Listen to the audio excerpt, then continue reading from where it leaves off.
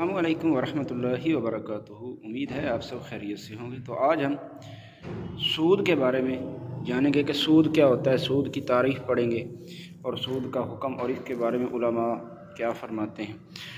سود کہتے ہیں جی لغت میں، یعنی لغوی تعریف کی کیا ہے جی، ربا یہ زیادتی کو کہتے ہیں، جبکہ شریعت کی اصطلاح میں ربا کا معنی ہے وہ زیادتی جو کسی عوض، یعنی جو عوض سے خالی ہو اور بیع فریقین میں سے کسی ایک کے لیے شرط ہو، یعنی جو دو بندے آپس میں بیع کر رہے ہیں، خرید و فروخت کر رہے ہیں، ان میں سے کسی ایک کے لیے شرط ہو۔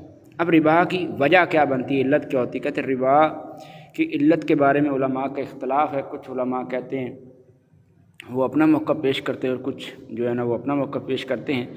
احناف کا موقع ہے، یعنی جیسے امام اعظم اور صاحبین وغیرہ، احناف کے نزدیک ربا کی جو وجہ ہے، علت ہوتی ہے، وہ جنس اور قدر ہے، یعنی ان کی جنس ایک ہونی چاہیے اور مقدار۔ دلیل کیا ہے جی؟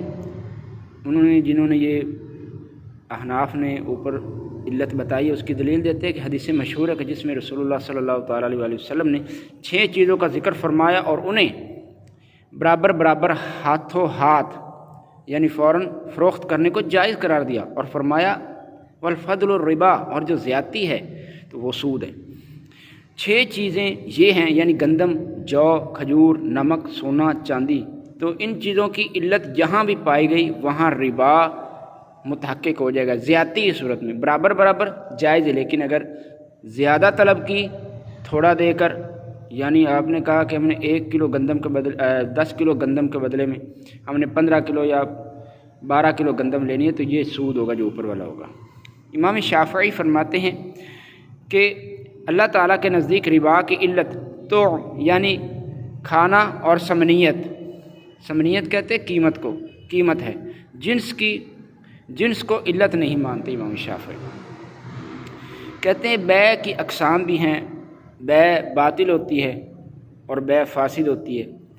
بیع باطل یعنی بیع تو جائز ہو، یعنی جو ذات اور وصف کے اعتبار سے تو جائز ہو، یعنی مشروع کا مطلب ہے نا جائز ہونا، جیسے